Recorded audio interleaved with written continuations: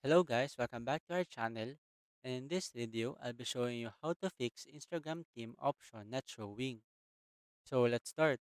The first thing you need to do is look for an update for the application. So open your Google Play Store or App Store. Once you have opened the Play Store, tap on the search bar at the top and search for Instagram. Now, if the button to the right of Instagram says open, that means that your Instagram app is updated. But if it needed to be updated, update the application to get rid of any bugs or logs that the last update may have had. If this step didn't work, the next thing you need to do is clear the cache of the application. So go to your phone settings, scroll down, and tap on apps. Then here, search for Instagram and tap on it. After that, tap on the storage option, and here, tap on this clear cache option at the bottom right side of the screen.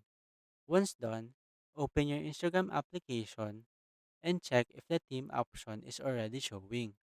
So that's it. If you wanted to know how to fix Instagram theme option not showing, that is the only way I know how.